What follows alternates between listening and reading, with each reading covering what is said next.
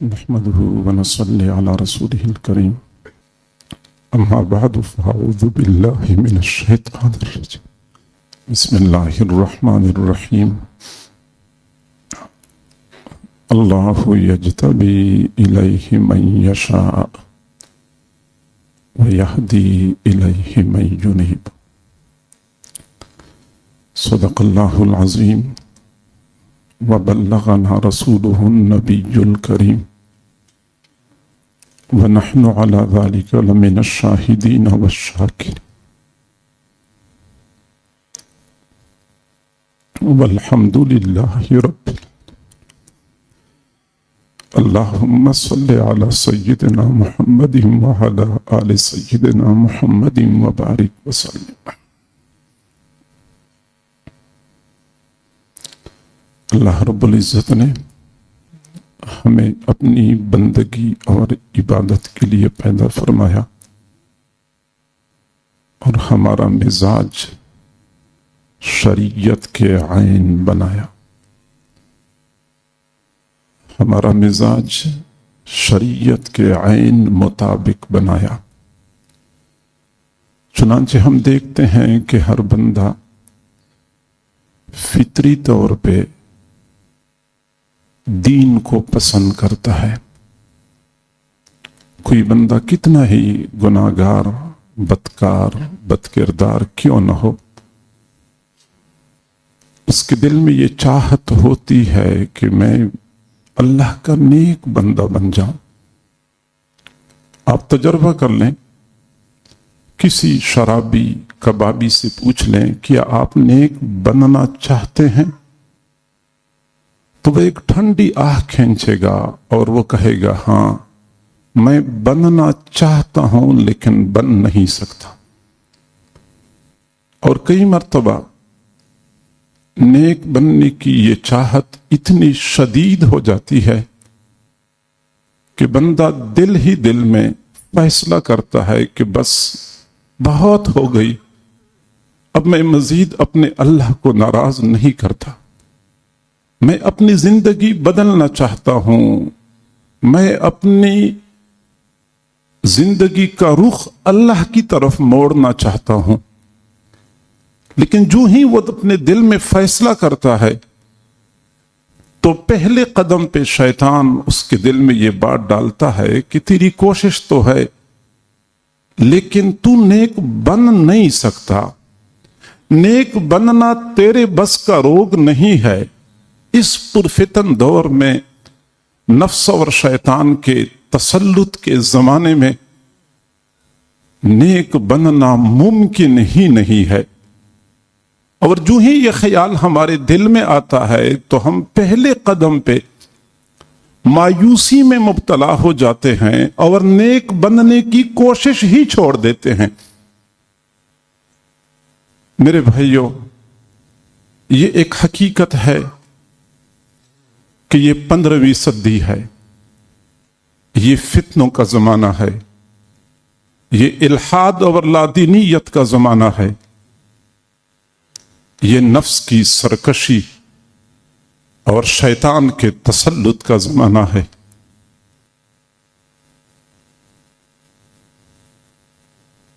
انسانی تاریخ میں دنیا کا تو روشن دور وہ حضور صلی اللہ علیہ وسلم کا زمانہ تھا جب آپ بنفس نفیس موجود تھے. خیر امتی قرنی، خیر القرون قرنی. اور جب آپ صلی اللہ علیہ وسلم دنیا سے تشریف لے گئے تو ہر گزرتے لمحے کے ساتھ خیر میں کمی آتی گئی اور شر بڑھتا گیا. اور یہ شر اس قدر تیزی سے عروج پہ آیا کہ حضرت انس بن مالک رضی اللہ تعالی عنہ فرماتے ہیں کہ وَمَا نَفَذْنَا أَيْدِينَا عَنِ التُّرَابِ وَإِنَّا لَفِي دَفْنِ النَّبِيِّ صلی اللہ علیہ وسلم حَتَّى أَنْكَرْنَا قُلُوبَنَا. ابھی ہم نے حضور صلی اللہ علیہ وسلم کو دفن کر کے اپنے ہاتھ مٹی سے جھاڑے نہیں تھے کہ ہم نے اپنے دلوں میں تغیر اور تبدیلی محسوس کر لی۔ حضرت انس بن مالک رضی اللہ تعالیٰ عنہ، یہ وہ زمانہ تھا اگرچہ آپ صلی اللہ علیہ وسلم دنیا سے تشریف لے گئے، لیکن حضرات صحابہ کرام موجود تھے، حضرت ابو بکر صدیق، حضرت عمر، یہ حضرات موجود تھے، پھر بھی فرمایا ہم نے اپنے دلوں میں تغیر محسوس کر لی۔ حضرت زبیر بن عدی رحمہ اللہ مشہور تابعی ہیں، وہ فرماتے ہیں کہ اتینا انس بن مالک رضی اللہ تعالی عنہ فشکونا الیہ ما نلقى من الحجاج، ہم انس بن مالک کے پاس حاضر ہوئے، ہم نے عرض کیا کہ حجاج بن یوسف زیادتیاں کر رہا ہے، ظلم کر رہا ہے لوگوں پر۔ فقال اصبروا، فرمایا صبر کرو، صبر کرو، فإنه لا يأتي عليكم زمان الا وبعده اشر منه، تم یہ توقع نہ رکھو کہ حجاج کے بعد پھر اچھا زمانہ آئے گا، اگلا زمانہ اس سے زیادہ برا ہوگا، پھر اگلا زمانہ اس سے زیادہ برا ہوگا، حتی تلقوا ربکم، یہاں تک کہ تم اپنے رب سے ملاقات کر لو۔ ہر گزرتے دن کے ساتھ شر بڑھتا جا رہا ہے، خیر کم ہوتی جا رہی ہے۔ حضرت ابو ہریرہ رضی اللہ تعالی عنہ دعائیں مانگا کرتے تھے، اللہم انی اعوذ بک من رأس الستین، اے اللہ میں 60 ہجری کے فتنوں سے آپ کی پناہ مانگتا ہوں۔ 60 ہجری یعنی ہجرت کے 60 سال بعد جو فتنے نمودار ہونے والے ہیں، میں ان سے آپ کی پناہ مانگتا ہوں۔ اگر 60 ہجری میں رونما ہونے والے فتنے اتنے شدید تھے کہ حضرت ابو ہریرہ جیسے صحابی بھی پناہ مانگتے تھے، اب تو 1400 سال گزر چکے ہیں، پتہ نہیں اب یہ فتنے کس قدر عروج پہ ہوں گے۔ حضرت حسن بصری رحمہ اللہ اپنے شاگردوں کو فرمایا کرتے تھے کہ میں نے صحابہ کو دیکھا ہے، آپ لوگوں نے نہیں دیکھا، میں نے آپ کو دیکھا ہے، صحابہ نے آپ کو نہیں دیکھا۔ اگر آپ صحابہ کرام کو دیکھ لیتے، آپ صحابہ کرام کو پاگل سمجھتے، یہ کیسے لوگ ہیں، یہ کیسی مخلوق ہے، آپ ان کو پاگل سمجھتے، اور اگر صحابہ کرام آپ کو دیکھ لیتے تو وہ آپ کو کافر سمجھتے۔ کہ اتنے ایسے بھی لوگ ہوتے ہیں، یعنی یہ تبدیلی اس قدر تیزی سے آ چکی تھی۔ محدثین کی دنیا میں ایک محدث گزرے ہیں، امام ترمذی رحمہ اللہ۔ امام ترمذی رحمہ اللہ کے زمانے میں ایک اور محدث تھے، حکیم ترمذی رحمہ اللہ۔ بھرپور جوانی تھی، خوبصورت قد کاٹ تھا، تقوی اور تدین والی زندگی تھی۔ باغ میں کسی کام کے لیے تشریف لے گئے، پیچھے سے ایک خاتون پہنچ گئی۔ حکیم ترمذی رحمہ اللہ اس خاتون کے ارادے اور نیت کو سمجھ گئے، اپنا ایمان بچانے کے لیے بھاگنا شروع کر دیا۔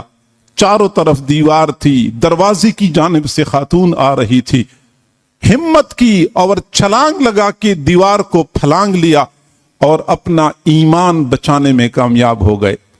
زندگی گزرتی گئی، جب بڑھاپا آ گیا، بال سارے سفید ہو گئے، ایک مرتبہ تنہائی میں بیٹھے ہوئے تھے اور اپنے ساتھ سوچ رہے تھے، جوانی کے ایام یاد کر رہے تھے، تو پھر کہنے لگے اپنے دل ہی دل میں کہ وہ جو جوانی کے ایام میں ایک خاتون باغ میں آئی تھی، وہ کیا چاہت لے کے آئی تھی، اگر میں اس کی چاہت کو پورا کر لیتا، بعد میں توبہ کر لیتا۔ جو ہی یہ خیال دل میں آیا کہ میں اس کی چاہت کو پورا کر کے توبہ کر لیتا، پھر لرز گئے، احساس ہو گیا کہ میرے اندر کتنی تبدیلی آ گئی۔ جب عین شباب کا عالم تھا، گناہ کرنا آسان تھا، میں گناہ سے بچ گیا، لیکن جب بڑھاپا آ گیا، ہڈیوں کا ڈھانچہ بن چکا ہوں، گناہ کر بھی نہیں سکتا، پھر بھی میرے دل میں یہ خیال آیا کہ میں وہ گناہ کر لیتا، میں کتنا بگڑ چکا ہوں، میں کتنا بدل چکا ہوں۔ یہ سوچا تو رونا شروع کر دیا، روتے روتے آنکھ لگ گئی، کسی اللہ والی کی زیارت ہوئی، پوچھا حکیم ترمذی آپ کیوں اتنے پریشان ہیں؟ جواب دیا جب جوانی تھی گناہ کر سکتا تھا، گناہ سے بچ گیا، بڑھاپا آ گیا، اب گناہوں کے خیالات دل میں آ رہے ہیں۔ تو اللہ والے نے فرمایا حکیم ترمذی آپ یہ کیوں نہیں دیکھتے کہ آپ کی جوانی کا زمانہ بڑھاپے کی زمانے کی بنسبت رسول اللہ کے زمانے کے زیادہ قریب تھا؟ وہ زمانہ قریب تھا رسول اللہ کے زمانے کے، اس لیے خیر کا زمانہ تھا، گناہ سے بچنا آسان تھا۔ تو یقیناً یہ فتنوں کا زمانہ ہے، الحاد کا زمانہ ہے، لیکن اس کے باوجود ہمارے لیے نیکی کے راستے کھلے ہیں، بلکہ انہی ناموافق حالات کی وجہ سے اللہ کی طرف سے خاص رحمت ہمارے ساتھ ہے۔ ایک تو فتنے زیادہ ہیں، ماحول ناموافق ہے، دوسری طرف ہم کمزور ہیں، اور دنیا کا دستور ہے کہ جب حالات ناموافق ہوں، بندہ کمزور ہو تو دنیا والے بھی رعایت کرتے ہیں، اور اللہ تعالی بھی رعایت کرتا ہے۔ الآن خفف اللہ عنکم وعلم ان فیکم ضعفا، اب اللہ نے تمہارے لیے آسانی پیدا فرمائی ہے، کیونکہ اللہ کو پتہ چل گیا کہ اب کمزوری آ چکی ہے۔ قرآن عظیم الشان اس بات پہ گواہ ہے کہ جب ضعف آ جاتا ہے، کمزوری آ جاتی ہے، اللہ کی جانب سے آسانی اور رعایت کا معاملہ شروع ہو جاتا ہے۔ میرے حضرت رحمہ اللہ فرمایا کرتے تھے کہ ہم نہیں دیکھتے جب انسانوں کے قوا مضبوط تھے، ہمت بلند تھی، یہ مادی دنیا کا سفر کس قدر مشقت سے طے ہوتا تھا۔ اونٹوں کی پشت پر بیٹھ کر مہینوں لوگ سفر کیا کرتے تھے۔ آج جب اللہ تعالیٰ نے دیکھ لیا کہ انسانوں کے قوا کمزور ہو چکے ہیں، ہمتیں پست ہو چکی ہیں، اللہ رب العزت نے آسانی پیدا فرمائی۔ مادی دنیا کا وہ سفر جو پچھلے زمانے میں مہینوں میں طے ہوتا تھا، آج وہی سفر گھنٹوں میں طے ہوتا ہے۔ اگر مادی دنیا کی اس سفر میں اللہ نے آسانی فرمائی ہے تو روحانی دنیا میں بھی اللہ رب العزت نے اسی آسانی والا معاملہ فرمایا ہے۔ اور یہی وجہ ہے، ترمذی شریف کی روایت ہے، حضور صلی اللہ علیہ وسلم نے حضرات صحابہ کرام کو فرمایا انکم فی زمان من ترک منکم عشر ما امر به ہلاکا، تم ایک ایسے زمانے میں ہو کہ تم میں سے کوئی بندہ اس زمانے میں دین کے 10 حصوں میں سے 9 حصوں پہ عمل کر لے، ایک حصہ چھوڑ دے، وہ بندہ ہلاک ہو جائے گا۔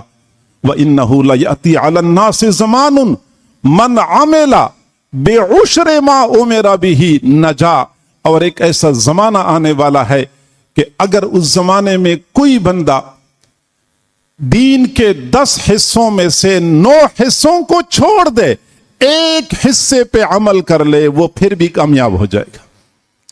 وجہ کیا ہے؟ وہ زمانہ ایسا ہوگا، وہ حالات ناموافق ہوں گے، ماحول ساتھ نہیں دے رہا ہوگا، اس وقت تھوڑی محنت کے بدلے اللہ تعالی زیادہ صلہ اور بدلہ عطا کرے گا۔ حضرت عبداللہ بن مسعود رضی اللہ تعالی عنہ نے حضور صلی اللہ علیہ وسلم سے حدیث روایت کی، انہو لا یأتی زمان صبر المتمسک للمتمسک فیہ اجر 50 شہیدہ، صبر کا زمانہ آنے والا ہے جس میں دین پہ جمنا اور دین پہ ڈٹ جانا مشکل ہوگا، اور اس زمانے میں جو بندہ دین کے ساتھ جڑا ہوا ہوگا اس کو 50 شہیدوں کا اجر ملے گا۔ پھر حضور صلی اللہ علیہ وسلم نے فرمایا لِأَنَّكُمْ تَجِدُونَ عَلَى الْخَيْرِ أَعْوَانًا وَإِنَّهُمْ لَا يَجِدُونَ عَلَى الْخَيْرِ أَعْوَانًا، क्योंकि आप लोगों को आज खैर और भलाई के कामों में आवान मिल जाते हैं, मददगार मिल जाते हैं, माहौल आपका साथ देता है, घर के हालात आपका साथ देते हैं, दोस्त अहबाब आपका साथ देते हैं। और वह इन्नहुम ला यजिदूना अलल खैर आवाना, और वो लोग खैर और भलाई पर आवान नहीं पाएंगे, कोई मददगार नहीं होंगे। माहौल नामुवाफिक होगा, घर के हालात नामुवाफिक, बाहर के हालात नामुवाफिक। जब हालात नामुवाफिक होते हैं तो अल्लाह की जानिब से खसूसी रियायत वाला मामला हो जाता है।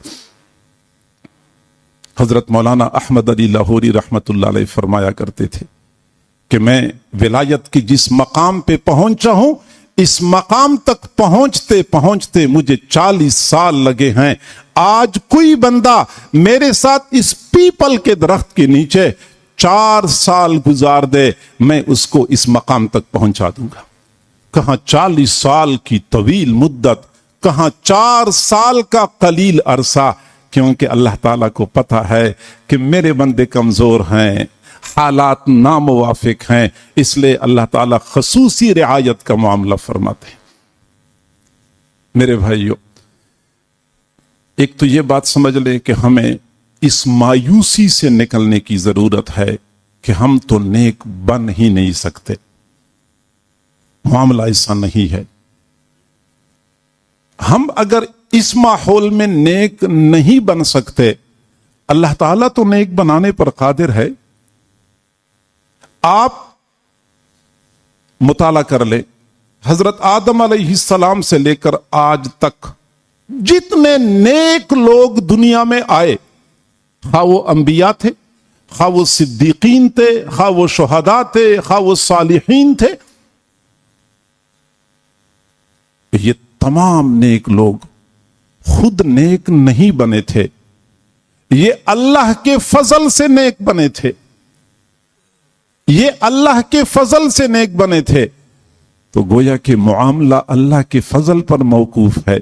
जब मुआमला अल्लाह के फजल पर मौकूफ है तो हम अल्लाह का फजल मांगे। अल्लाह का फजल शामिल हाल हो गया तो न माहौल की आदम मुवाफकत हमारे लिए रुकावट बन सकती है, न नफ्स और शैतान का तसल्लुत हमें नेक बनने से रोक सकता है। अगर अल्लाह का फजल शामिल हाल हो गया, अब अल्लाह से अल्लाह का फजल मांगना चाहिए। इसी जमाने में, फितनों के जमाने में, शैतान के तसल्लुत के जमाने में, कितने ऐसे लोग दुनिया में मौजूद हैं कि उनकी नेकी को देखकर फरिश्ते भी रशक करते हैं। तो आखिर वो भी तो इसी जमाने में हैं, उनको भी तो अल्लाह ने नेक बनाया है। अभी हमारे हजरत जी रहमहुल्लाह के हालात और वाक़यात और उनके कमालात आपके सामने हैं। क्या वो इसी जमाने के नहीं थे? क्या वो यूनिवर्सिटी में पढ़ने वाले एक आम नौजवान नहीं थे? क्या वो हमारी तरह इसी दुनिया में रहने वाले, इन्हीं फितनों का सामना करने वाले नहीं थे? क्या वो हमारी तरह नफ्स नहीं रखते थे? क्या शैतान का उनके साथ भी इसी तरह वाबस्तगी का ताल्लुक नहीं था? जी हां था, वो भी हमारी तरह थे। लेकिन जब अल्लाह का फजल शामिल हाल हो गया तो अल्लाह ने कहां से कहां तक पहुंचा दिया। मुमकिन है कि आपके जहन में यह सवाल पैदा हो कि वो जो अल्लाह के नेक बंदे होते हैं वो तो बचपन से ही वो नेकी तकवा के आसार नजर आते हैं, और हम तो सारे गुनाहगार हैं और हम तो सारे बुरे हैं। मैं आपको बताऊं कि बिल्कुल ऐसा ही है। बाज औलिया ऐसे होते हैं कि बचपन से ही नेकी और तदय्युन वाले होते हैं, लेकिन बाज तो हमारी तरह गुनाहगार भी थे। पहले जवानी अय्याशी में गुजरी और गुनाहों में गुजरी, लेकिन जब अल्लाह का फजल मुतवज्जे हो गया तो फिर पलक झपकने में उन पर सादत के दरवाजे खुल गए, जिंदगी में इनकलाब बर्पा हो गया। तो मेरे भाइयों, पहली बात तो ये कि हम इस मायूसी से निकल जाएं कि हम नेक नहीं बन सकते। हम नेक बन सकते हैं, अल्लाह ने अगर हमें हुक्म दिया है तो ये अल्लाह ताला का तकलीफ माला युताक वाला मसला तो बिल्कुल मुतसव्वर ही नहीं है। आखिर इंसान को अल्लाह ने ये सलाहियत दी है तो अल्लाह ने इसलिए हुक्म दिया है। मायूसी से निकले, दूसरी बात यह है कि थोड़ा सा अपना मियार कम कर दे। ये भी एक मसला है कि हमारे यहां नेक बनने का मियार ही कुछ ऐसा है कि वहां तक पहुंचना हमारे लिए मुमकिन नहीं होता, फिर हम मायूसी का शिकार हो जाते हैं। हमारे यहां नेक बनने का मियार ये है कि बंदा बिल्कुल मासूम बन जाए, कभी गुनाह ही ना हो, कभी निगाहें गलत इस्तेमाल ही ना हो, कभी वो अल्लाह से गाफिल ही ना हो, कभी उसकी जुबान से गलत लफ्ज ही ना निकले। गोया कि अगर मुकम्मल मासूम है तो हम उसको नेक समझते हैं। इसलिए फिर जब सालिकीन की कहीं बदनिगाही हो जाती है तो मायूस हो जाते हैं, कहीं की जुबान से गलत लफ्ज निकलता है तो मायूसी का शिकार होते हैं कि हम तो लगता है कि ठीक हो ही नहीं सकते।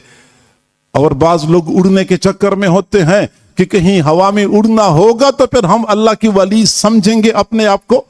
तो मैंने अर्ज किया कि मियार कम कर दे। वजह यह है कि 15वीं सदी है, 15वीं सदी है जब हम अल्हम्दुलिल्लाह अल्लाह के फजल करम से दीन इस्लाम के 5 बड़े बड़े अरकान उनको पूरा कर रहे हैं, बड़े बड़े गुनाहों से बच रहे हैं। अल्लाह के फजल और करम से शराब नहीं पीते, कत्ल मुकातले नहीं करते, डाके नहीं डालते, जिनाकारियां नहीं करते, चोरियां नहीं करते। तो बस फिर हमें समझना चाहिए कि अल्लाह ने हमारी ऊपर फजल फरमाया हुआ है और हमें नेकी तकवा वाली जिंदगी अता की हुई है। मेरे भाइयों, मैं मानता हूं कि बाज़ सालिकीन बिल्कुल बेहिस हो जाते हैं। बेहिस का यह माना है कि गुनाह पे गुनाह हो रहे होते हैं, परवाह नहीं करते।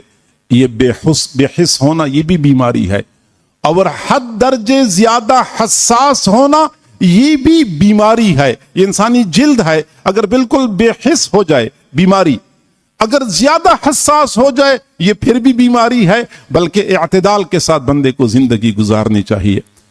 मेरे भाइयों, हमें यह सोचना चाहिए कि हम अल्लाह तक पहुंचना चाहते हैं, हम अल्लाह से वासिल होना चाहते हैं, लेकिन हमारे सामने रुकावटें हैं। पहले हम उन रुकावटों को समझें और फिर उन रुकावटों से बचने के तरीके को समझें, फिर अल्लाह तक पहुंचना कोई दुश्वार नहीं रहेगा। हमारे सामने 3 चीजें जबरदस्त रुकावट हैं। सबसे पहले हमारा गिरदोपेश का माहौल रुकावट, दूसरा शैतान रुकावट, तीसरा हमारा नफ्स रुकावट। किसी भी बंदे के अल्लाह तक पहुंचने में यही 3 रुकावटें हैं। गिरदोपेश का माहौल रुकावट, शैतान रुकावट, नफ्स रुकावट। और अल्लाह रब्बुल इज्जत ने दुनिया में कोई ऐसा मसला पैदा नहीं किया जिसका कोई हल न हो। कोई ऐसी बीमारी नहीं है जिसके लिए अल्लाह ने दवा पैदा नहीं की हो। लिकुल्ल फिरऔन मूसा, हर फिरऔन के लिए अल्लाह रब्बुल इज्जत ने मूसा को वजूद अता फरमाया है। तो इन 3 रुकावटों से बचने का भी अल्लाह ताला ने हमें हल बताया है। मैं पहले बात करता हूं शैतान के हवाले से। शैतान हमारा बड़ा दुश्मन, बदमाश भी है, बदनाम भी है, और वाकई इसने दुनिया में फसाद बर्पा कर रखा है। फरिश्तों की जमात में था, लेकिन असल जिन्नात के खानदान में से है, काना मिनल जिन। और जब इस महरूमुल किस्मत ने हजरत आदम अलैहिस्सलाम के सामने सजदा नहीं किया तो अल्लाह ताला ने फरमाया फखरुज मिन्हा फइन्नका रजीम, निकल जा मेरे दरबार से, तू मरदूद है। शैतान निकल रहा था और निकलते निकलते इसने कसम खाई, फबिइज्जतिका ला उग़वियन्नहुम अजमईन, अल्लाह तेरी इज्जत की कसम, मैं औलाद आदम को सब के सब को गुमराह कर दूंगा। उसने कसम खाई और आज तक उसी कसम को पूरा करने के लिए दिन रात एक करके मसरूफ अमल है। यह बदबख्त सोता भी नहीं है, बीमार भी नहीं होता, भूख प्यास भी नहीं लगती, बीवी बच्चों के झंझट भी नहीं है। इसने अपनी जिंदगी का नस्बुल ऐन ये बनाया हुआ है कि मैंने मखलूक के खुदा को अल्लाह की बंदगी पे नहीं छोड़ना, अपनी पैरवी पे लगाना है। बड़ा मसला है हमारे लिए। लेकिन ऐसा भी नहीं है कि ये ला यनहल मसला है, मसला है, हमें मसले का हल तलाश करना चाहिए। बुखारी शरीफ की रिवायत है, हुजूर सल्लल्लाहु अलैहि वसल्लम ने फरमाया, इन्न शैतान जासिमुन अला क़ल्ब इब्न आदम, शैतान इब्न आदम के दिल पर सूंड गाड़ के बैठ जाता है और बंदे के दिल में गुनाहों के वसाविस और ख्यालात डालता रहता है। फ़इज़ा ज़कर अल्लाह खनसा, जब बंदा अल्लाह को याद करता है शैतान पीछे को भाग जाता है। फ़इज़ा सहा फ़इज़ा गफला, जब बंदा गाफिल हो जाता है वसवसा, दोबारा ये आके बंदे के दिल में वसाविस डालना शुरू कर देता है। हदीस दलालत करती है कि शैतान को अपने आप से भगाने के लिए, अपना पीछा छुड़ाने के लिए बेहतरीन हल, ठोस और मुजर्रब नुस्खा वो अल्लाह की याद है। अल्लाह को याद करें, फिर देखें कि शैतान से कैसे हमारी जान छूटती है। और जो लोग अल्लाह को याद करते हैं और कसरत से याद करते हैं, हुजूर सल्लल्लाहु अलैहि वसल्लम ने फरमाया कि अल्लाह ताला फरमाते हैं, आना मा अब्दी मा ज़करानी, मेरा बंदा जब तक मुझे याद करता रहता है मैं अपने बंदे के साथ होता हूं। पर जब बंदे के साथ अल्लाह होता है फिर भी शैतान बंदे पर असर अंदाज हो सकता है कि या फिर भी शैतान का हमला बंदे पर मुअस्सिर हो सकता है जब अल्लाह बंदे के साथ है। आना मा अब्दी मा ज़करानी। और यही वजह है कि हुजूर सल्लल्लाहु अलैहि वसल्लम के बारे में हजरत आयशा सिद्दीका रज़ियल्लाहु ताला अन्हा फरमाती हैं, कान नबी सल्लल्लाहु अलैहि वसल्लम यज़कुरुल्लाह फी कुल्लि अहयानिही, हुजूर सल्लल्लाहु अलैहि वसल्लम हर लम्हा हर हीन अल्लाह को याद करते थे। जब वो हर लम्हा अल्लाह को याद करते थे फिर हुजूर को अल्लाह ने शैतान से कैसे महफूज रखा हुआ था। मुस्लिम शरीफ की रिवायत है, मा मिनकुम मिन अहदिन इल्ला वक़द वुक्किला बिही क़रीनुम मिनल जिन्न व क़रीनुम मिनल मलाइका, तुम में से हर बंदे के साथ एक जिन हर वक्त रहता है, एक फरिश्ता हर वक्त रहता है। फरिश्ता बंदे के दिल में खैर की बातें डालता है, जिन बंदे के दिल में शर की बातें डालता है। तो सहाबा किराम ने पूछा, अल्लाह के नबी, व इय्याका या रसूल अल्लाह, अल्लाह के रसूल आपके साथ भी वो शैतान लगा हुआ है, हर वक्त दिल में शर की बातें डालता है। क़ाला व इय्याया वलाकिन अल्लाह आआननी अलैहि फअस्लमा फला यअमुरुनी इल्ला बिल खैर, बिल्कुल मेरे साथ भी वो शैतान लगा हुआ है लेकिन अब वो मुसलमान हो गया है, अब वो मुझे सिर्फ और सिर्फ खैर की बातें बताता है, वो मेरे दिल में शर की बातें नहीं बताता। चूंकि हुजूर सल्लल्लाहु अलैहि वसल्लम हर लम्हा अल्लाह को याद करते थे और अल्लाह को याद करने की बदौलत हालत ये बन गई थी कि उनके साथ जो शैतान मुसल्लत किया गया था, वो ड्यूटी लगाई गई थी, वो शैतान भी मुसलमान हो गया। फ़अस्लमा फला यअमुरुनी इल्ला बिल खैर, वो मुझे सिर्फ खैर की बातें बताता है। तो जिक्र की कसरत शैतान के शर से बचने का सबसे मुअस्सिर तरीका है। और यही वजह है कि जब भी शैतान लोगों पर गलबा हासिल करता है वो लोगों को अल्लाह की याद से गाफिल कर देता है, और जब भी कोई बंदा अल्लाह की याद से गाफिल हो जाता है शैतान उन पर मुसल्लत हो जाता है। वमन यअशु अन ज़िक्रिर रहमान नुक़य्यिद लहू शैतानन फहुव लहू क़रीन, जो बंदा रहमान की याद से गाफिल हो गया हम उन पर शैतान को मुसल्लत कर देते हैं। शैतान मुसल्लत हो जाता है जब बंदा अल्लाह की याद से गाफिल हो जाता है। और शैतान का यही तरीका है, दुनिया का दस्तूर है, एक दुश्मन दूसरे दुश्मन पे काबू पा लेता है तो सबसे पहला काम कि उसके हाथ से मुहलिक हथियार छीन लेता है। हैंड्स अप, हैंड्स अप का यही माना होता है कि हाथ खड़े कर दो, हथियार फेंक दो, क्योंकि पता होता है कि अगर इसके पास हथियार हैं तो ये किसी वक्त भी मुझे नुकसान पहुंचा सकता है। शैतान का भी यही तरीका है कि जब भी बंदों पर अपना गलबा हासिल करता है वो सबसे पहले उनको अल्लाह की याद से गाफिल कर देता है। इस्तहवज़ अलैहिमुश शैतान फअन्साहुम ज़िक्रल्लाह, शैतान ने उन पर गलबा हासिल कर लिया और फिर शैतान ने उनको अल्लाह की याद से गाफिल कर दिया। शैतान गलबा हासिल करता है, फिर अल्लाह की याद से गाफिल कर देता है। फिर फरमाया उलाइका हिज़्बुश शैतान, यही शैतान की जमात है। गोया कि ये बंदा शैतान की जमात का मिंबर और रुकन बन जाता है। अला इन्न हिज़्बश शैतानि हुमुल खासिरून, शैतान की जमात खसारे और घाटे में है। जिनके ऊपर शैतान ने गलबा हासिल किया, शैतान ने उनको अल्लाह की याद से गाफिल कर दिया, अल्लाह की याद से गाफिल हो गया, फिर वो शैतान की जमात का मिंबर बन गया। अला उलाइका हिज़्बुश शैतान, ये शैतान की जमात है। अला इन्न हिज़्बश शैतानि हुमुल खासिरून। गोया कि अल्लाह की याद से गाफिल होना किस कदर खसारी की बात है कि बंदा रहमान की जमात से निकलकर शैतान की जमात में शामिल हो जाता है। और नेक लोग जब भी कोई शैतानी वसवसा दिल में आता है, फौरन अल्लाह को याद करते हैं।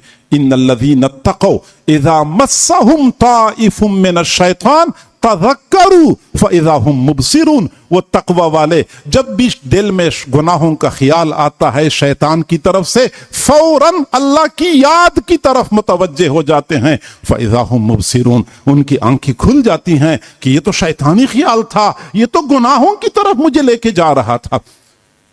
तो नेक लोग जो ही दिल में कोई गुनाहों का वसवसा महसूस करते हैं, फौरन अल्लाह की तरफ मुतवज्जे हो जाते हैं। अल्लाह की याद के जरिए शैतान को भगाया जा सकता है, शैतान के खतरात और खदशात से अपने आप को बचाया जा सकता है। अब आप में से अक्सर हजरात ये कहते होंगे कि हम तो अल्लाह को याद करते रहते हैं, हम तो अल्लाह को याद करते रहते हैं, लेकिन इसके बावजूद शैतान हमारा पीछा नहीं छोड़ता। हम तो इतनी मर्तबा सुभान अल्लाह पढ़ते हैं, इतनी मर्तबा ला इलाहा इल्लल्लाह पढ़ते हैं, इतनी मर्तबा तस्बीह पढ़ते हैं, तो तीसरा कलमा पढ़ते हैं। तो मेरे भाइयों बात समझ लें कि शैतान का हमला बंदे के दिल पे होता है। हम जिक्र जबान से करते हैं, शैतान का हमला बंदे के दिल पे होता है। शैतान असर जबान पे नहीं डालता, शैतान बंदे के दिल पे असर डालता है और हम जबान से जिक्र कर रहे होते हैं। यकीनन जबान का जिक्र भी मुफीद है, बाइसे सवाब है, बाइसे खैर है, लेकिन शैतान को भगाने के लिए ये जिक्र काफी नहीं है जब तक कि बंदा दिल से अल्लाह को याद न कर ले। क्योंकि शैतान दिल पर हमला करता है और दिल की याद ही शैतान को भगाने के लिए जरूरी है। हजरत जुनैद बगदादी रहमहुल्लाह ने फरमाया, हजरत शेखुल हदीस मौलाना मोहम्मद ज़करिया रहमतुल्लाह अलैह ने फज़ाइल जिक्र में यह वाकया नकल किया है। वो फरमाते हैं कि मैं बाजार में जा रहा था, हजरत जुनैद बगदादी रहमहुल्लाह फरमाते हैं, तो मैंने एक अजीब मंजर देखा। शैतान मुकम्मल बेलिबास होकर बाजार में जा रहा था। मैंने कहा तुझे शर्म नहीं आती, इतने सारे मर्द मौजूद हैं तो उनके सामने बेलिबास फिर रहा है। शैतान ने कहा ये मर्द इनको तो मैं ऐसे लम्हे भर में ऐसे गुमराह कर दूं कि इनको पता भी न चले। आपने अगर मर्द देखने हैं तो आप जाएं, शुनीजिया की जामे मस्जिद में कुछ हजरात बैठे हुए हैं, वो असल मर्द हैं जिन्होंने मेरे जिगर के टुकड़े कर दिए हैं, मेरे सीने को छलनी छलनी कर दिया है। फरमाते हैं कि मैंने सोचा कि शुनीजिया की जामी मस्जिद में कैसे लोग हैं।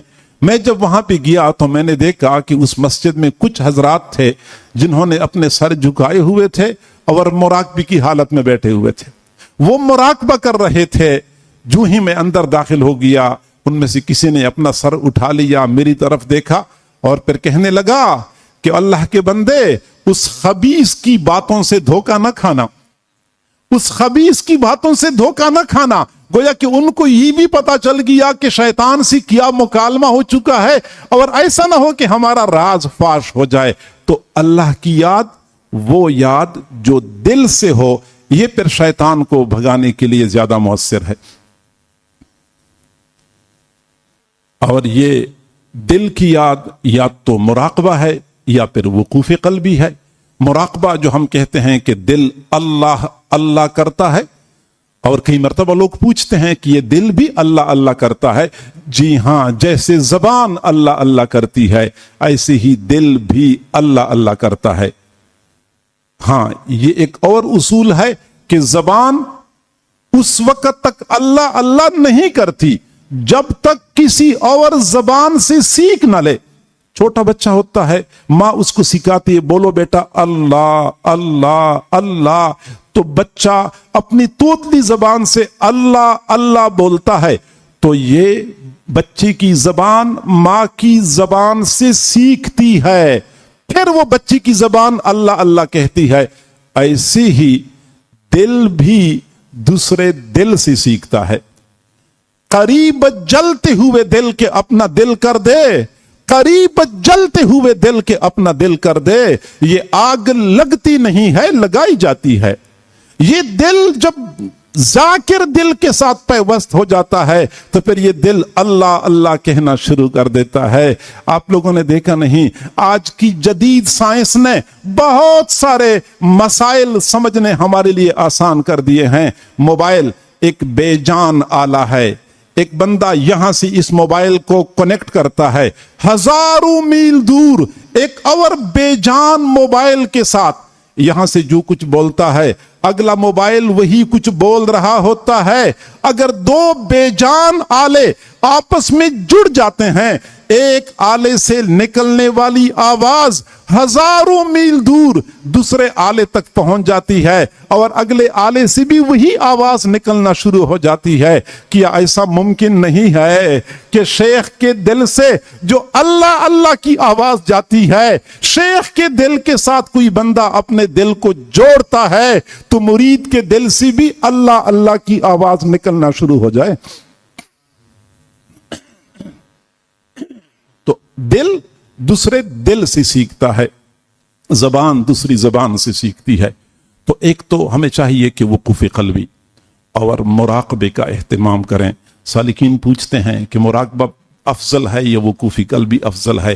عام طور پہ لوگ مراقبے کو زیادہ افضل سمجھتے ہیں، جبکہ حقیقت یہ ہے کہ وقوف قلبی زیادہ فضیلت رکھتا ہے. مراقبہ وذکر اسم ربک، وقوف قلبی وذکر ربک.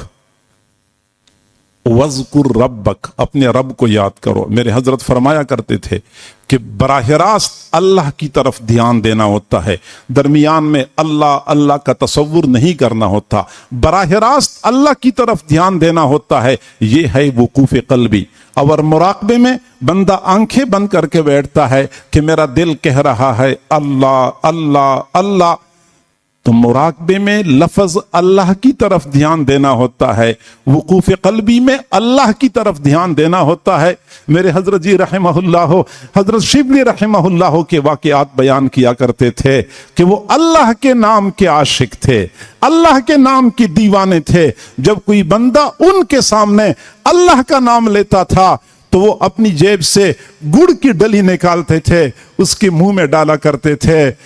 لوگوں نے کہا کہ یہ لوگ دل سے تو اللہ کا نام نہیں لیتے، صرف گڑ کی ڈلی کھانے کے لیے آپ کے سامنے اللہ کا نام لے لیتے ہیں.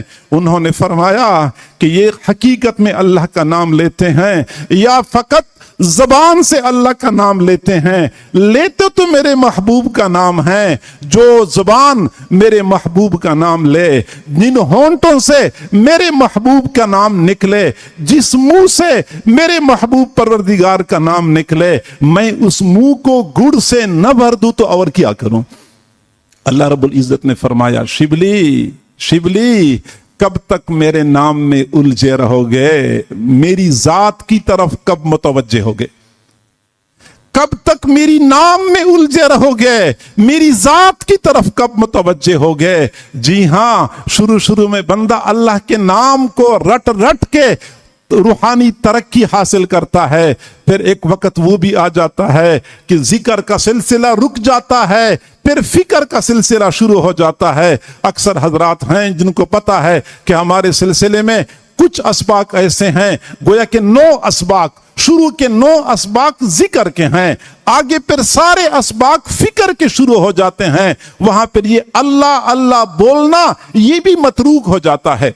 ایک وقت ایسا آ جاتا ہے تو لہٰذا وقوف قلبی کا اہتمام کریں، مراقبے کا اہتمام کریں، شیطان کے شر سے بچنا ہمارے لیے آسان ہو جائے گا۔ آج لوگ ذکر نہیں کرتے۔ ذکر کے حوالے سے 4 طرح کے لوگ ہیں اس دنیا میں۔ ایک تو وہ لوگ ہیں جن کو ہم عدیم الذکر کہتے ہیں،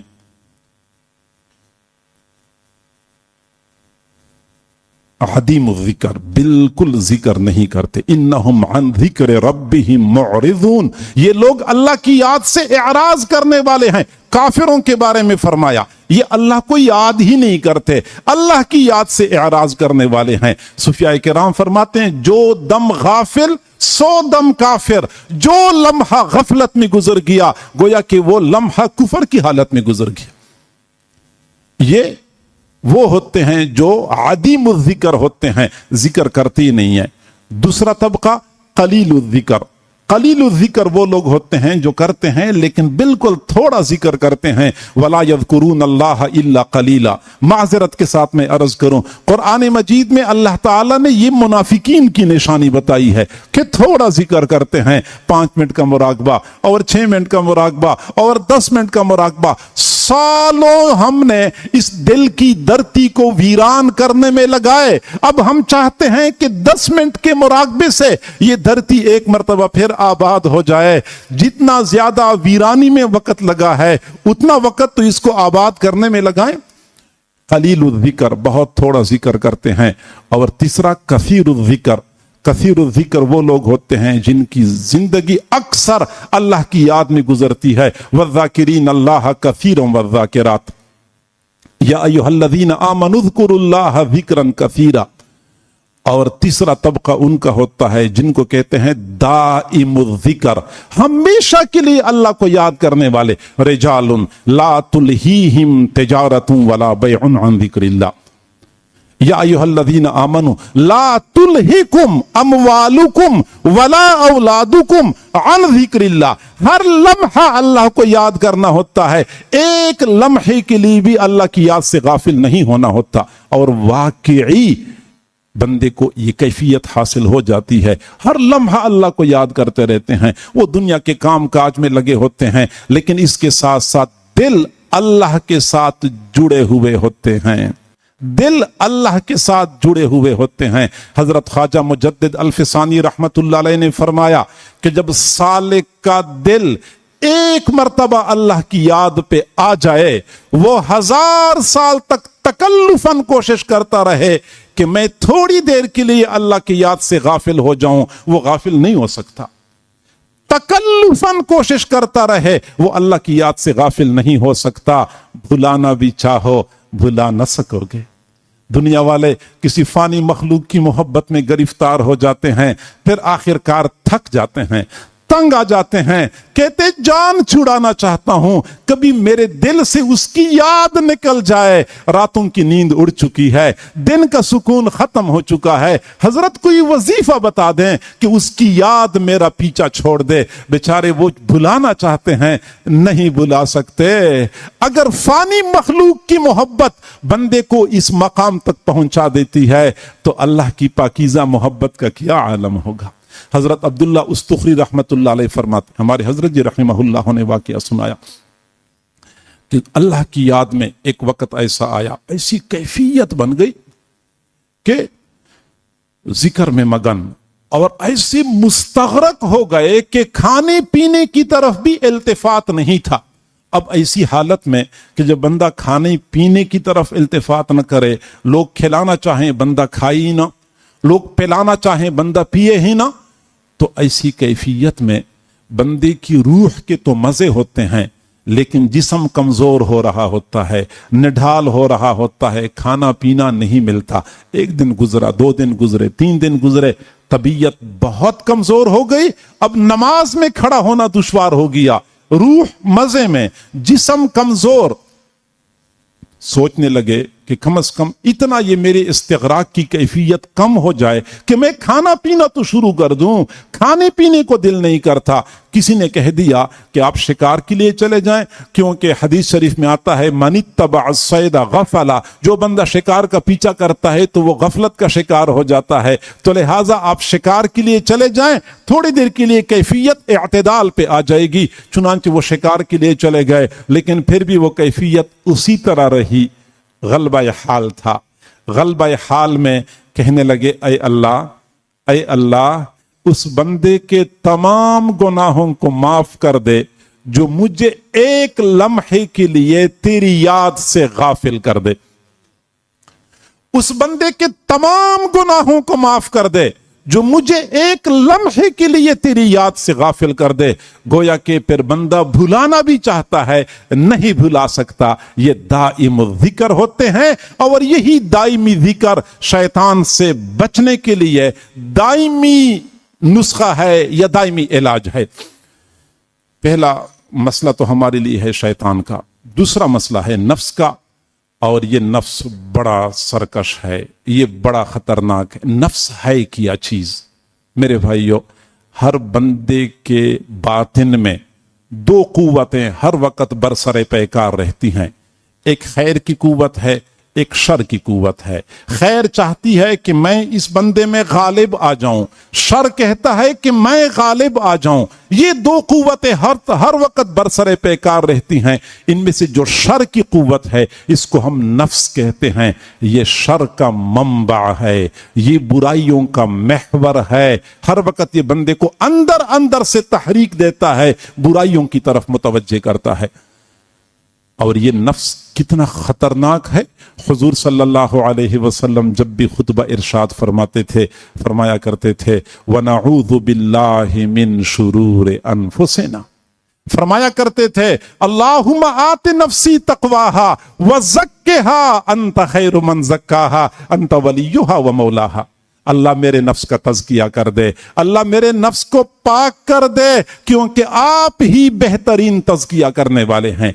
और ये वही नफ्स है जिसके बारे में हजरत यूसुफ अलैहिस्सलाम ने फरमाया वमा उबर्रिउ नफ्सी इन्नन नफ्स लअम्मारतुम बिस्सू।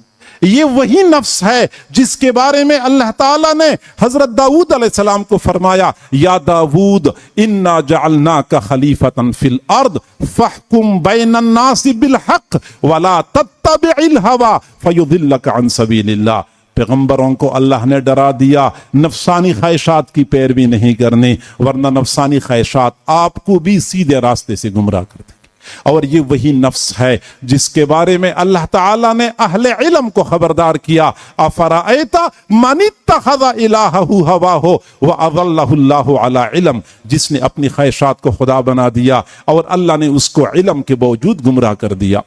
ये वही खतरनाक नफ्स है।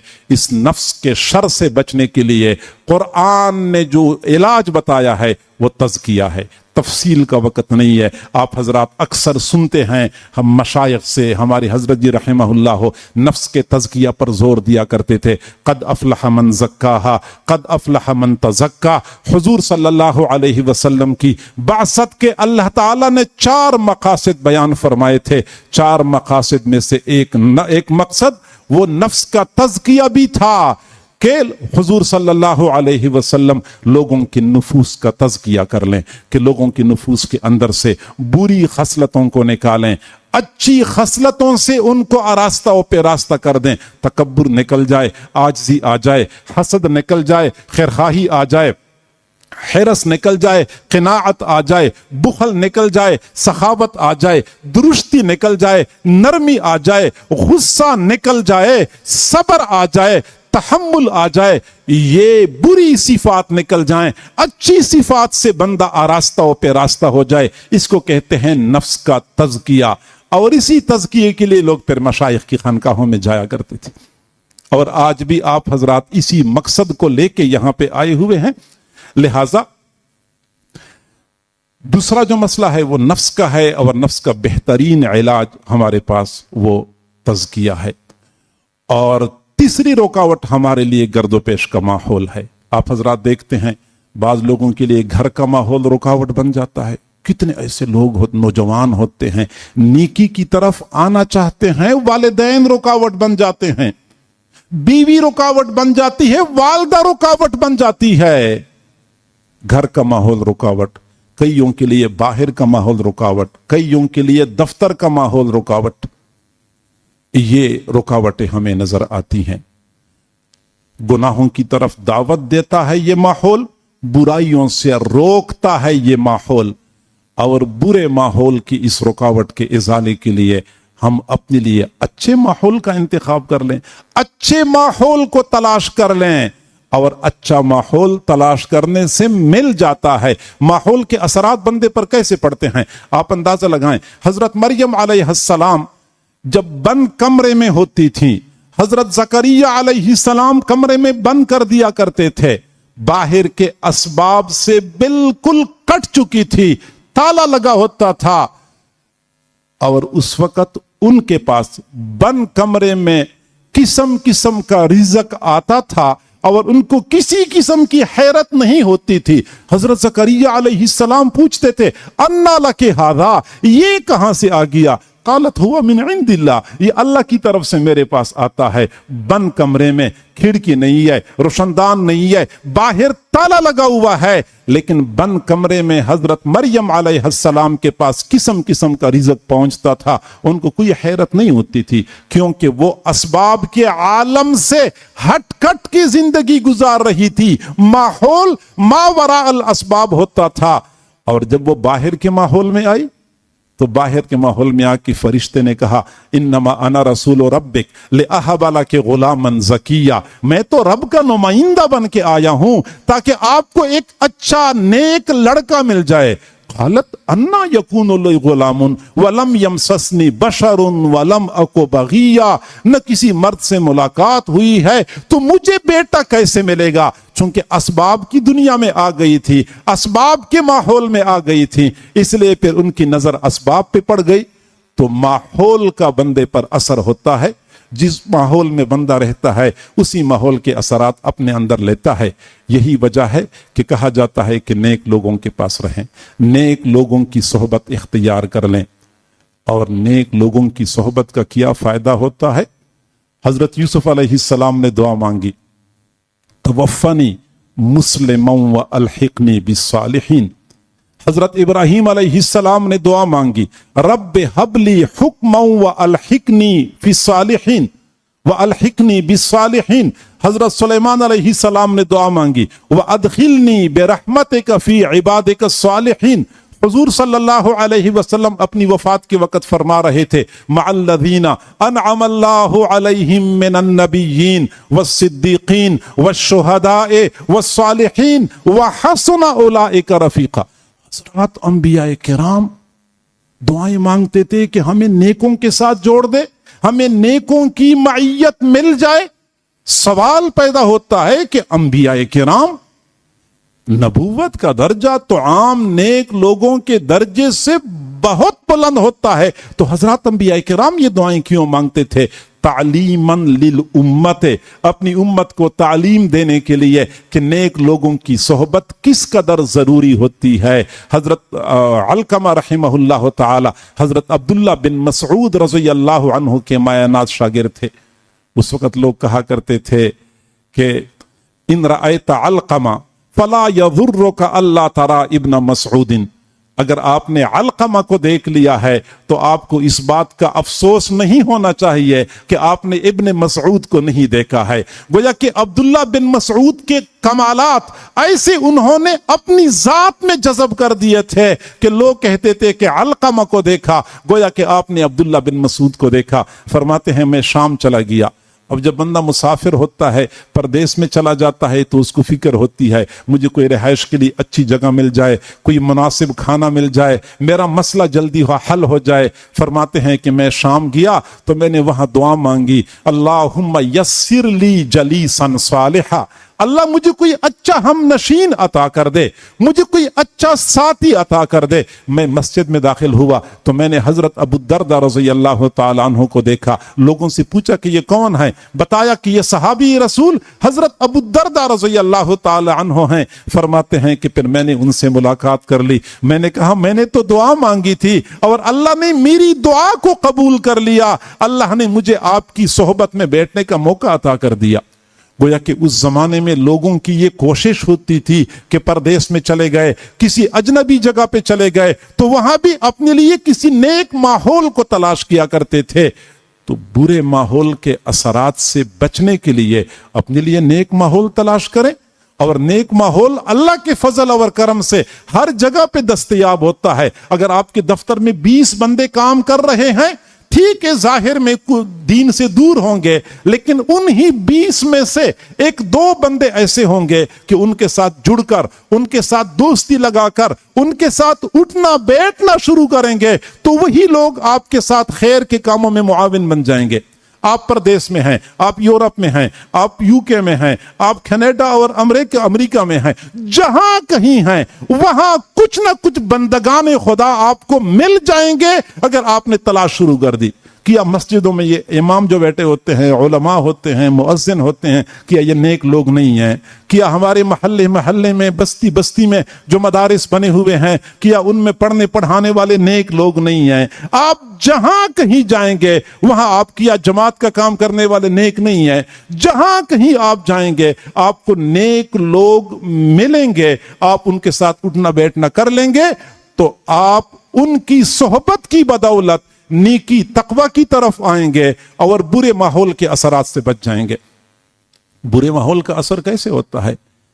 अगर कूड़े का ढेर हमसे 200 मीटर दूर हो और उस जानिब से हवा आ रही हो तो यहां हम बदबू महसूस करते हैं। शुगर मिल की तरफ से हवा आती है तो कई किलोमीटर दूर तक लोग उस बदबू को महसूस करते हैं। हवा अगर कूड़े के ढेर के ऊपर से गुजरती है तो बदबूदार हो जाती है, अगर फूलों के ऊपर से गुजर जाती है तो खुशबूदार हो जाती है। तो कितनी देर हवा ने गुजरना होता है? हवा कूड़े के ढेर पर वहां बैठती नहीं है, कुछ वक्त वहां गुजारती नहीं है, सिर्फ वहां से गुजरती है। तो गुजरने की वजह से भी कूड़े के असरात उसमें मुंतकिल हो जाते हैं। फूलों के ऊपर से गुजरती है, ट्रक गुजर रहा होता है, ट्रक में खरबूजा लोड किया गया होता है, पीछे वालों को वो खरबूजे की खुशबू महसूस हो रही होती है। गोया के माहौल का असर होता है, सोहबत का असर होता है। तो अगर हम ये चाहते हैं कि हम माहौल के बुरे असरात से बच जाएं तो फिर हमें अपने लिए नेक माहौल तलाश करना होगा। नेक माहौल की बदौलत फिर बुरे माहौल के असरात से बंदा बच सकता है। तो या तो हमारे लिए शैतान रुकावट है, इस रुकावट से बचने के लिए अल्लाह की याद, या हमारे लिए नफ्स रुकावट है, उसका इलाज वो तज़किया है, या फिर हमारे लिए बुरा माहौल रुकावट है और बुरे माहौल का इलाज फिर अच्छा माहौल तलाश करना है। अब आप सोचते होंगे कि 3 चीजें हैं, 3 मसाइल हैं और 3 मसाइल के 3 हल हैं। अब ये हम कहां तलाश करते रहेंगे कि एक हल उधर है, एक मशरिक में है, एक मगरिब में है, एक शिमाल में है, एक जुनूब में है। हम कहां कहां फिरते रहेंगे? हमें तो कोई ऐसा तरीका बताओ कि एक ही छत के नीचे हमें सारे हल आसानी से दस्तयाब हों। आप हजरात को पता है आजकल लोग खरीदारी करते हैं तो कहते हैं एक ही छत के नीचे जिंदगी की तमाम तर जरूरियात मुयस्सर हैं। तो ऐसी कोई जगह बता दे तो ऐसी जगह खानका है। खानका में आपको जिक्र का माहौल भी मिलेगा, खानका में आपको तज़किया भी मिलेगा, खानका में आपको नेक लोगों की सोहबत भी मिल जाएगी। तीनों रुकावटों का हल एक ही खानका में, एक ही छत के नीचे आपके लिए दस्तयाब है। हम अगर चाहते हैं कि हम नेक बन जाएं फिर हम देर न करें। जज्बा हम सबके दिलों में है। आप हजरात जो तशरीफ ला चुके हैं, कोई भी माल पैसा कमाने के लिए नहीं आया, कोई भी दुनियावी फायदा हासिल करने के लिए नहीं आया, अल्लाह की रजा को पाने के लिए, जिंदगी में इनकलाब बर्पा करने के लिए आप हजरात यहां पे आए हैं। यकीनन अल्लाह ताला किसी की मेहनत को जाया नहीं करता। तो अगर आपको नेक बनने का शौक है तो एक ही छत के नीचे ये तीनों नेमतें आपको मुयस्सर हैं। आपको नेक माहौल और जिक्र का हल्का اور نفس کا تزکیہ، یہ تینوں چیزیں مل جائیں گی۔ اور ایک وقت تھا اور آج بھی الحمدللہ بعض جگہوں پہ یہ سلسلہ نظر آتا ہے کہ لوگ مشائخ کی خانقاہوں میں جاتے ہیں اور اپنے نفوس کا تزکیہ کرواتے ہیں، نیک ماحول میں رہنے کی وجہ سے نیک بننے کی کوشش کرتے ہیں، اور اللہ والوں کی یہ صحبت بہت سارے فتنوں سے بچاؤ کا ذریعہ بن جاتی ہے۔ حضرت شیخ الحدیث مولانا محمد زکریا رحمت اللہ علیہ کے پاس ایک بندہ آیا اور کہنے لگا کہ حضرت کبھی کبھار میرے دل میں یہ خیال آتا ہے کہ میں ہندو بن جاؤں۔ ہندو جوگی کے پاس میں بیٹھا ہوا تھا، پتہ نہیں اس جوگی نے مجھ پہ کیا تصرف کر لیا کہ میرا جی چاہتا ہے وقفے وقفے سے کہ میں بھی ہندو بن جاؤں۔ حضرت شیخ الحدیث رحمہ اللہ سمجھ گئے کہ معاملہ بہت نازک ہے، یہ تو اس کے ایمان کا مسئلہ ہے۔ اپنے ایک خادم کو بلایا اور کہنے لگے اس بندے کو ساتھ لے جاؤ رائے پور شریف حضرت شاہ عبد القادر رائے پوری رحمت اللہ علیہ کی خدمت میں، اور ان کو صورتحال عرض کر دو کہ اس کا یہ حال بنا ہوا ہے، اس کا ایمان بچانا ضروری ہے۔ وہ خادم کہتا ہے کہ ہم نے فوراً سفر شروع کیا، عشاء کے بعد دیر سے ہم خانقاہ میں پہنچے، حضرت سے ملاقات ہوئی تو حضرت نے فرمایا کہ ابھی آپ لوگ آرام کر لیں، صبح کے وقت بات کریں گے۔ مزید ہمارے ساتھ کوئی بات نہیں کی، ہم نے رات کو آرام کر لیا۔ حضرت نے فجر کی نماز پڑھائی، اور فجر کی نماز کے بعد ان کا معمول تھا کہ سیر کے لیے جاتے تھے، تو عصا ہاتھ میں لیا ہوا تھا، مسجد کے دروازے کے پاس کھڑے تھے، چند مریدین اور خدام بھی ساتھ تھے۔ پھر اچانک اپنے ایک خادم کو فرمایا کہ کل وہ سہارنپور سے 2 مہمان آئے تھے، ان کو بلا لو۔ خادم ہمارے پاس آیا، ہم بھاگتے ہوئے گئے، حضرت سے ملاقات ہوئی۔ جو ہی حضرت سے ملاقات ہوئی تو حضرت نے کھڑے کھڑے ہمیں ایک حدیث سنائی اور کہنے لگے کہ حضور صلی اللہ علیہ وسلم نے فرمایا، بخاری شریف اور مسلم شریف کی روایت ہے، ان قلوب بنی آدم بین اصبعین من اصابع الرحمن یقلبها کیف یشاء۔ یہ بنی آدم کے دل رحمان کی 2 انگلیوں کے درمیان ہیں، اور جیسے وہ چاہتا ہے وہ پلٹتا ہے الٹتا ہے، ایسی انگلیوں سے اشارہ کر دیا، یقلبها کیف یشاء، جیسے وہ چاہتا ہے لوگوں کے دلوں کو الٹتا پلٹتا ہے۔ پھر فرمایا کہ اب تم واپس چلے جاؤ۔ وہ خادم کہتا ہے کہ میں اتنا پریشان ہو گیا کہ اس بندے کا ایمان خطرے میں ہے، اتنا دور کا سفر کر لیا، حضرت نے ہم سے کچھ پوچھا بھی نہیں کہ تم کیوں آئے ہو، مسئلہ کیا ہے، اور ایسی ہی ہمیں ایک حدیث سنا دی اور کہتے ہیں کہ تم واپس چلے جاؤ۔ لیکن ان کا حکم تھا، ہم واپس روانہ ہو گئے، میں بڑا مایوس تھا۔ تھوڑا سا دور آگے چلے گئے، وہ ساتھی مجھے کہنے لگا کہ پتہ نہیں حضرت نے کیا کر دیا، جب ایسی انگلیوں سے اشارہ کر دیا یقلبها کیف یشاء، مجھے یوں محسوس ہو گیا جیسے میرا دل ایسے الٹ گیا، اور جو میل کو چیل تھی، جو گند بھرا ہوا تھا، سارا کچھ باہر نکل گیا، دل صاف ستھرا ہو گیا۔ ایک اشارے کے ساتھ لوگوں کے دلوں کو بدلنے والے، اور پھر ان کو کفر کے گڑے کے کنارے سے پیچھے کھینچنے والے اور حفاظتی حصار مہیا کرنے والے، یہ اللہ والی ہوا کرتے ہیں۔ ہمارے حضرت جی رحمہ اللہ حضرت مرشد عالم رحمت اللہ علیہ کا ایک واقعہ سنایا کرتے تھے۔ برطانیہ میں جو ان کے اپنے ایک خلیفہ تھے، حضرت مرشد عالم رحمت اللہ علیہ کے خلیفہ، اور ان کا اپنا ایک بیٹا تھا جو کہ یونیورسٹی کے ماحول میں گیا تو الحاد اور کفر کی طرف چلا گیا، دین کا انکار کر لیا، اللہ کی وجود کا انکار کر لیا، قرآن اور نبی کا انکار کر لیا۔ حضرت مرشد عالم رحمت اللہ علیہ وہاں تشریف لے گئے تو وہ خلیفہ صاحب پریشان تھے، ان کی اہلیہ پریشان تھی، ہمارا ایک ہی بیٹا، غلطی ہماری ہے کہ ہم نے ان کو یونیورسٹی کے ماحول میں بھیجا، یونیورسٹی کے ماحول میں تو وہ اسلام کو بھی خیر بات کہہ گیا، اللہ کی وجود کو بھی نہیں مانتا۔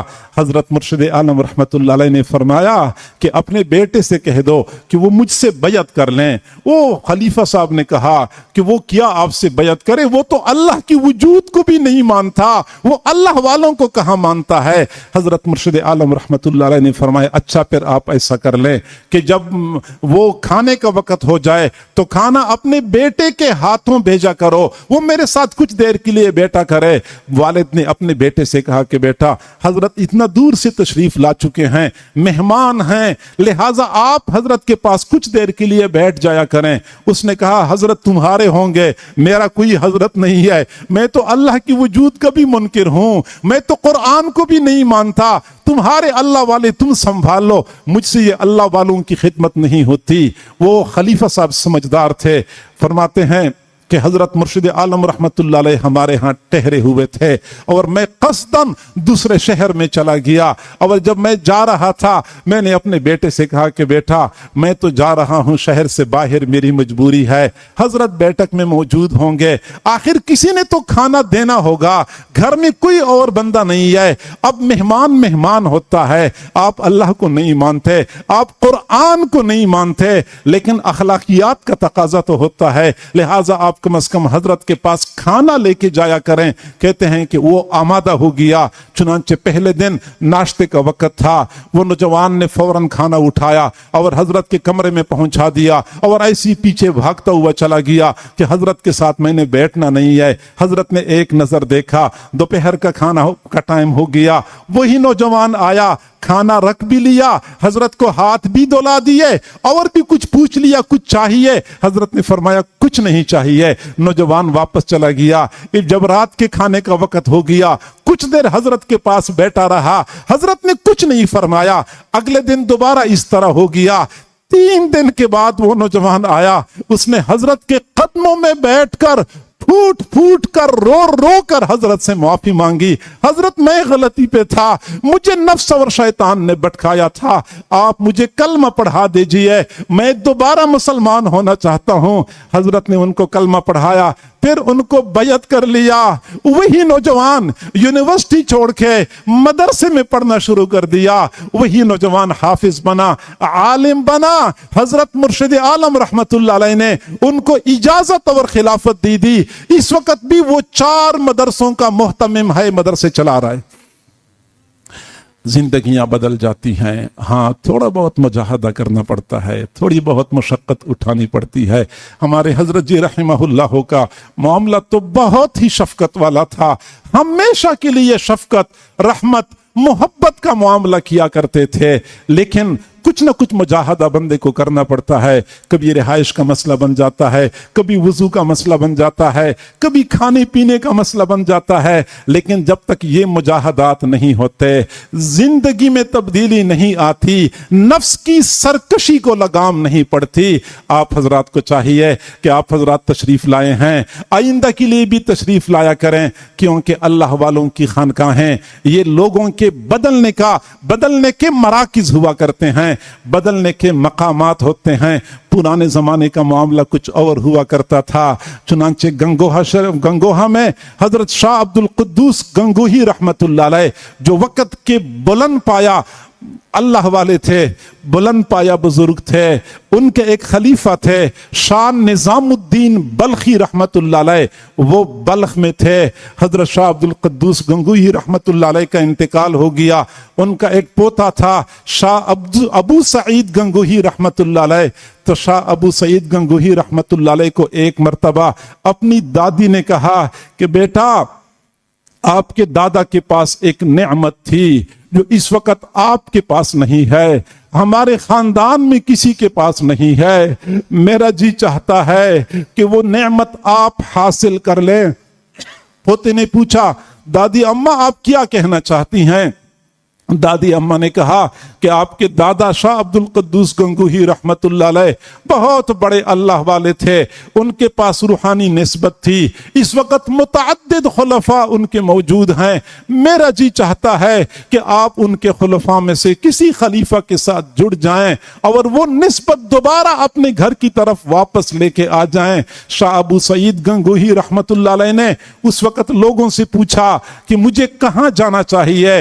मशवरा देने वालों ने मशवरा दिया कि बल्ख में शाह निजामुद्दीन गंगोही रहमतुल्लाह अलैह हैं, वहां आप चले जाएं, वहां आपको ये नेमत वाफिर और कामिल तौर पे मिल जाएगी। चुनांचे वो वहां से चल पड़े। उधर शाह निजामुद्दीन गंगोही, शाह निजामुद्दीन बल्खी रहमतुल्लाह अलैह को किसी ने बताया कि आपके शेख के पोते तशरीफ ला रहे हैं। शाह निजामुद्दीन बल्खी ने अपनी मुरीदीन को इकट्ठा किया, अपने खुलफा को इकट्ठा किया और कई मील दूर जाकर अपने शेख के पोते की इस्तकबाल के लिए पहुंच गए। शेख से वहां मुलाकात हुई, घोड़े पे सवार कराया और खुद पैदल भागते भागते चले आ रहे थे। खुलफा भी भागते जा रहे थे, मुरीदीन भी भागे भागे जा रहे थे और शाह अबू सईद गंगोही घोड़े पे सवार हैं, खानकाह में लेके आ गए। इकराम और एजाज के साथ उनको रखा। एक दिन गुजर गया, 2 दिन गुजर गए, 3 दिन गुजर गए। 3 दिन के बाद शाह निजामुद्दीन बल्खी रहमतुल्लाह अलैह ने पूछा, हजरत आप किस मकसद के लिए तशरीफ लाए हैं? शाह अबू सईद गंगोही ने अर्ज किया कि हजरत मेरे दादा के पास एक नेमत थी जो आप वहां से इधर बल्ख की सरजमीन पे ला चुके हैं। मेरी दादी ने मुझे नसीहत की कि आप वो नेमत वापस लेके आ जाएं, मैं तो उसी नेमत को हासिल करने के लिए आया हूं। तब शाह निजामुद्दीन बल्खी ने फरमाया, अच्छा ये मकसद है, फिर तो अंदाज बदलना होगा, ये कमरा छोड़ना होगा, ये मसनद छोड़ना होगा, ये मखमली कालीन छोड़ने होंगे, वो मुजाहिदी की जिंदगी इख्तियार करनी होगी। वो सच्चा तालिब था, कहने लगा मैं सब कुछ करूंगा। हजरत ने पहले मरहले में ही उनका बिस्तर वहां से उठवाया और घोड़ों और गधों के अस्तबल में बिस्तर लगवा लिया कि यहां अस्तबल में आपने रहना है, गधों और घोड़ों की खिदमत करनी है। 4 कुत्ते पाले हुए थे शिकार के लिए, उन कुत्तों की खिदमत करनी है। शाह अब्दुल कद्दूस गंगोही रहमतुल्लाह अलैह के पोते ये गधों और घोड़ों की खिदमत पर मामूर थे। कहां वो नफीस तबीयत, कहां खुशबू में हर वक्त मुअत्तर रहते थे, कहां गधों की लीद के साथ उनका रहना सहना होता था, बदबू बर्दाश्त करते थे। महीना गुजर गया, 2 महीने गुजर गए, 3-4 महीने गुजर गए। वहां एक खातून आया करती थी, बूढ़ी थी, वो गधों का लीद और घोड़ों की लीद उठाया करती थी। चुनांचे हजरत ने उस खातून को बुलाया। असल में तो शाह अबू सईद गंगोही का इम्तिहान लेना मकसूद था। उस खातून को बुलाया और खातून से कहा कि आप आज जब गधों को इसका लीद का टोकरा उठा के ले जा रहे हों तो शाह अबू सईद के साथ करीब से गुजर जाएं और कस्दन ऐसी ठोकर खा जाएं कि थोड़ी सी लीद उनके कपड़ों के ऊपर गिर जाए, फिर जरा मुझे बताएं कि उनका रद्द अमल किया होता है। चुनांचे उस दिन खातून ने वो लीद का टोकरा भर दिया, सर पे रख के लेके जा रही थी। शाह अबू सईद जहां बैठे हुए थे वहां से जब वो गुजर रही थी, कस्दन ऐसी ठोकर खाई कि ठोकरे से कुछ लीद गिर गए और शाह अबू सईद के कपड़ों पे आ गए। शाह अबू सईद ने जब देखा कपड़े गंदे हो गए, गुस्से से उस खातून की तरफ देखा और कहने लगे, अंधी हो गई हो, नजर नहीं आता, मेरे कपड़े तूने गंदे कर दिए। खातून चली गई और शाह निजामुद्दीन बल्खी से कहने लगी कि उन्होंने ये बता दिया, ये कह दिया। शाह निजामुद्दीन बल्खी कहने लगे, हाँ अभी तक काम बाकी है, अभी तक मुकम्मल नफ्स मिट नहीं चुका। चुनांचे कुछ अरसा फिर इसी तरह गुजर गया। फिर खातून से कहा कि एक मर्तबा फिर उसी तरह अमल का मुजाहरा कर लो, फिर मुझे बताओ कि उसका रद्द अमल किया होता है। दोबारा खातून जब वहां से गुजर रही थी, ठोकर खाई और थोड़ी सी लीद उसके कपड़ों पर गिरा दी। चुनांचे उन्होंने सिर्फ तेज निगाहों से देखा, जबान से कुछ नहीं कहा। खातून ने बता दिया कि हजरत आज तो जबान से कुछ भी नहीं कहा, अलबत्ता मेरी तरफ तेज निगाहों से देख लिया। हजरत ने फरमाया, हाँ अब भी काम बाकी है और मेहनत करनी पड़ेगी। कुछ अरसा फिर उसी तरह गुजर गया। फिर हजरत ने उस खातून को बुलाया, फरमाया फिर उसी तरह उसके ऊपर कुछ लीद गिराने हैं। चुनांचे उस खातून ने उसी तरह अमल का मुजाहरा कर लिया। जब उस वक्त लीद कुछ गिर गई तो उस वक्त शाह अबू सईद ने फौरन खड़े होके कहा, आपको ठोकर लगी, आपको तकलीफ तो नहीं पहुंची, आपको कोई नुकसान तो नहीं पहुंचा। गोया के अंदाज बदला हुआ था।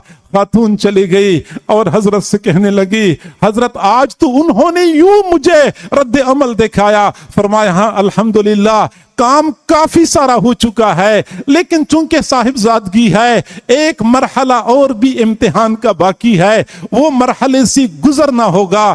چنانچہ 2-4 دنوں کے بعد اپنے خلفاء اور مریدین کو فرمایا کہ ہم نے شکار پہ جانا ہے, شکاری کتے ساتھ لے کے جانے ہیں. شاہ ابو سعید گنگوہی کو بلایا کہ شکاری کتے آپ نے ساتھ لے کے جانے ہیں. شاہ ابو سعید گنگوہی کا حال یہ تھا کہ پہلے تو بڑے لحیم جسیم تھے لیکن مجاہدہ کر کر کے کمزور ہو گئے تھے, جسم نحیف ہو چکا تھا, قوا کمزور ہو گئے, اعصاب پست ہو چکے تھے. حکم ملا کہ 4 کتے آپ نے سنبھالنے ہیں. کتے بڑے ہٹے کٹے تھے. چنانچہ جب شکار کے لیے روانہ ہو گئے 4 کتے شاہ ابو سعید گنگوہی نے سنبھالے ہوئے تھے. جی ہاں ایک وقت تھا مشائخ مجاہدے کروایا کرتے تھے. کہاں شاہ عبد القدوس گنگوہی کا پوتا, کہاں کتوں کی رسیاں پکڑائی ہوئی ہیں کہ آپ نے کتے سنبھالنے ہیں. ساتھ اس بات کی تاکید کر لی کہ جب تک میں کہوں, جب تک میں نہ کہوں تب تک آپ نے کتوں کو چھوڑنا نہیں ہے. کتوں کی رسی مضبوطی کے ساتھ تھامے رکھنی ہے. انہوں نے کہا حضرت جیسے آپ کہیں گے ویسے کروں گا. جنگل کی طرف چلے گئے. جب جنگل میں پہنچے اچانک خرگوش نظر آیا. ظاہری بات ہے شکاری کتوں کو جب خرگوش نظر آتا ہے وہ تو رسی توڑنے کی کوشش کرتے ہیں. 4 کتے بڑے ہٹے کٹے, جب انہوں نے زور لگایا حضرت شاہ ابو سعید گنگوہی رحمت اللہ علیہ نے پوری کوشش کر لی کہ کتوں کی رسی ہاتھ سے نہ چھوٹے, لیکن خطرہ تھا. انہوں نے اسی وقت وہ رسی اپنے کمر کے ارد گرد لپیٹ کے مضبوطی سے باندھ لی تاکہ رسی میں چھوڑنا بھی چاہوں نہ چھوٹ سکے, مکمل بندی ہوئی ہو.